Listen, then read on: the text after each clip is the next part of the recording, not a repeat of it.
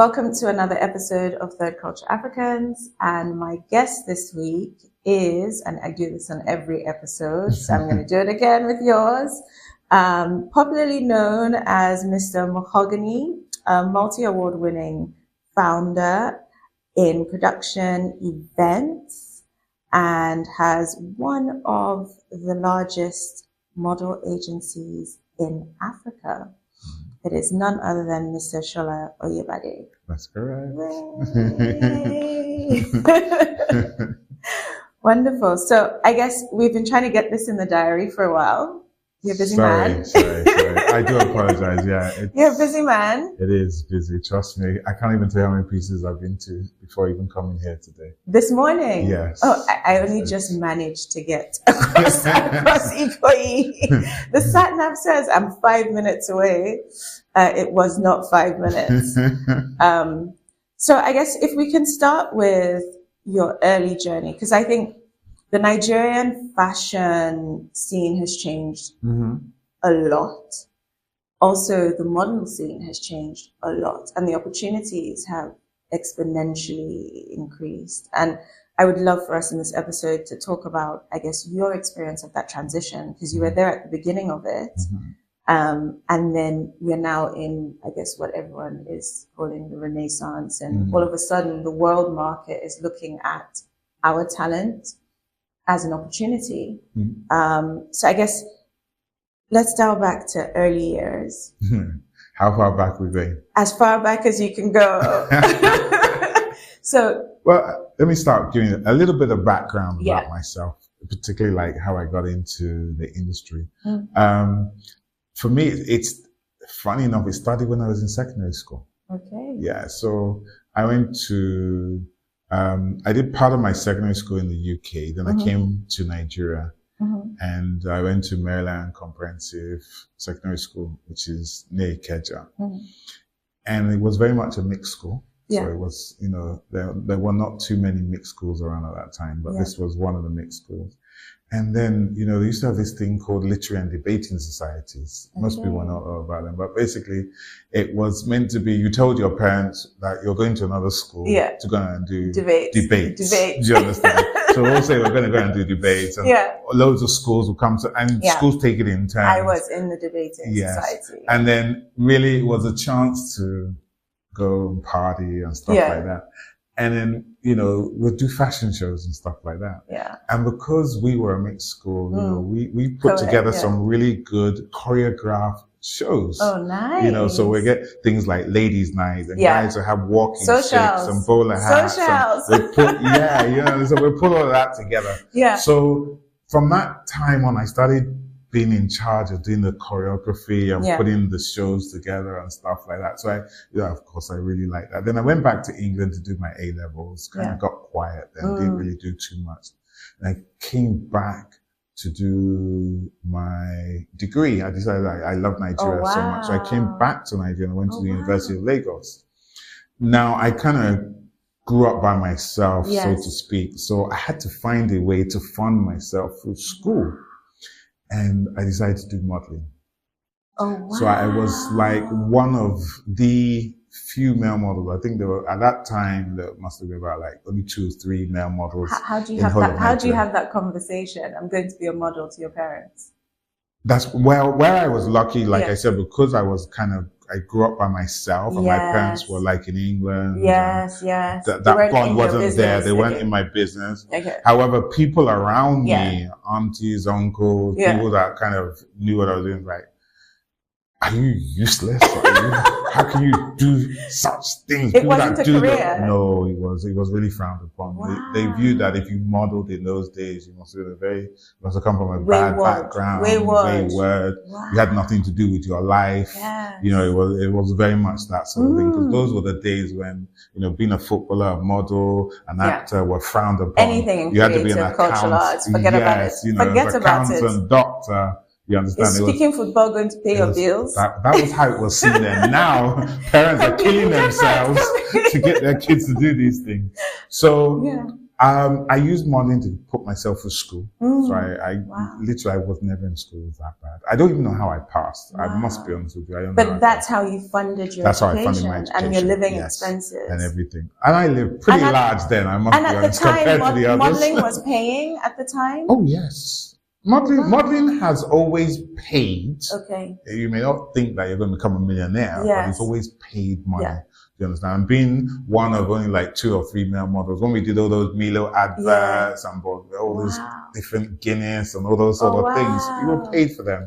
It was why it was so stressful was that we didn't have mobile phones then. Yes. So the only way to know about casting, we didn't really have emails then either. No, so the only way to know about facts. castings, you literally had to go to the different agencies, advertising agencies, and sit down there each day to find out if they had casting. So you literally went from Agency to yes, agency. And if you were lucky and there was a casting, or you heard about it and you were casted, then fine. If not, that's why I spent most of my time out of school more. Because than you're I was on the in road, school, yeah, because I was looking in the for road. work. But I loved it. It was good fun. Then I left like immediately after I finished my exams. Yes. I didn't even wait. I never did youth corps, by the way. Oh. So I could never run for president. Or you can never really run for like a CEO or something. I can't be a commissioner or anything. I'm stuck. So I went back to the UK and I did all the right things in terms of employment. I got a job in a bank. I did all those sort of things that they wanted. Bored out of my mind, but I still you were in it it. Would make everybody happy. Yes. But at that time, I now decided I wanted to set up. I set up in 1994. I set up Mahogany. Yes. Which was we started off doing bridal shows. Okay. We started off with the African Caribbean bridal show. Okay. We also had a wedding dress shop. And at the same time, I set up Mahogany Models. Well, soon after I set up Mahogany Models. So was this because you, at the time, could see the need for an agency different to what was already there? So for those 2 aspects that I went for, I got into the UK and I looked around and I see the wedding show, UK's national wedding show, this and that. And I went down to them because I like seeing what's going on in the industry. There were no black people. No black people at all. None. If you wanted to get married, you had to use a white caterer. You had to get a white wedding dress from a white type of designer. Yes. Everything was just white oriented. I said, what's going on? I started now investigating.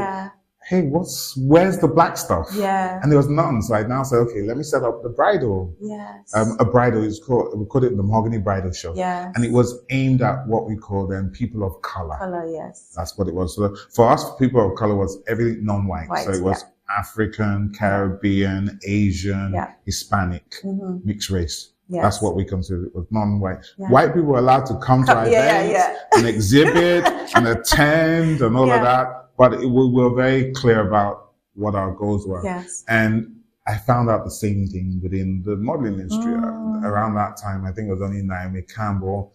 The man was just getting out of the business. So there were hardly any black models around. And when you went, they only wanted mixed race models. Yes. They had to have only 1 or 2 of very them. American. Yes, with the big catalog fluffy hair. afro, curly hair sort of thing. That's what they wanted at the time. And I said, no, let's just think right. So I set up my business and get it going. And it was hard work. Yes. Because there were no businesses.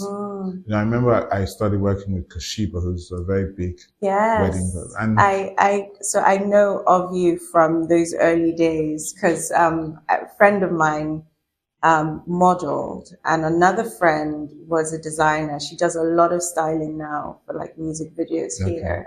But Z from ZI. Oh, really? And Valerie. Right. Yeah. So I have, and I interned at some point for Z actually. Okay. Many years ago. But yes, I remember Kashiba. The whole. And so I remember when Kashiba came for it because I knew him when he was in. He went to the University of Ife. That's where he started. I remember when he came for the first exhibition. Yeah. All he had was drawings. That was his exhibition stand. Wow. Drawings of his clothes. And for most people, they had not really set up businesses. They knew they wanted to do this sort of stuff. So they just had leaflets and a banner here and there and stuff like that. And that's how we started. Eventually, of course, the businesses, people's businesses started growing bigger, and they started doing things properly, having dresses, and we started doing fashion shows. So that was where the mix of models, having mahogany models and having mahogany bridal show came into being. Because we now wanted to do the bridal shows and we had no models. So we now had to look for models. Then I had to train the models, I had to show them how to walk because there were no opportunities for them in the UK at that time. So that was very much how we got started. And I was in the UK up until 2013. I'd been coming back and forth to Nigeria to do some shows from around that 2009 up until now. Along that journey, I'm sure you're going to ask me questions. So go ahead. No, go ahead. But there were lots of things that went on. I remember when we set up the modeling agency, you know, and then I got a phone call. I think it was from the New York Times or one of those newspapers at the time. And they said to me that they'd like to have my views on the new Italian Vogue that was coming out, which was the all black issue. I don't know if you remember that one. Yes, I do. So they told me about that, and they said that the quote is that because it's an all black issue, they expect it to be the worst selling Vogue ever. I said, really? Well, I said, I don't believe you. I don't think that's going to happen. And then Facebook had just really come into place then. So I set up this Facebook page and we called it The Black But Invisible. And the caption there was that we wanted to make the Italia All Black Vogue the biggest selling edition ever. Cut a long story short, we did do it. You know, they reprinted for the first time in their history, reprinted twice. And if you have it, it's a collector's item. You know, so it was one of those things. But during that journey, I got a lot of what's the word? You know, when somebody hits you back. Pushback. Yes. That I was racist. You know, I was this, I was You're that. You're too pro-black then. Yes. But they were particularly concerned about the racism part, that why would I set up an agency that excluded white models? So I spent a lot of my time on the BBC and all kinds of things, educating them, saying, listen, here are the numbers. So we got into the Evening Standard. There's so many articles where we broke down the numbers. I said, okay, here are the top agencies. They have 400 models. They have only 3 black models. 2 of them are mixed race. So how am I being racist when the numbers stack up that you're not using them? You look at, I mean, then fortunately, Jordan Dunn was, I think, with all this going on, she was just discovered around that time. She was, And they really put a lot of emphasis on Jordan Dunn. Dark skin black model from the UK. They really put her out there. I mean, she's actually coming for GT Bank. Oh, amazing. A masterclass. So she's going to be speaking next week. So, you know, they really put a lot of emphasis on her. And I said, that's just one model. Why are you trying to make it a big deal because you discovered one model? And you're trying to make it, we're not racist. That's very much the thing, right? I think for a long time, we've operated on this one in, one out system. Yes. So, especially in the UK, I think the US is totally different. But in the UK, it's whatever industry, it's only allowed to be one. And once that one, it's one in, one out. And what's interesting is there are lots of people doing great things. And one of the reasons for the show was to kind of go, actually, no, we can tell our own stories now. That's right. We can curate our stories and we can help build ourselves up.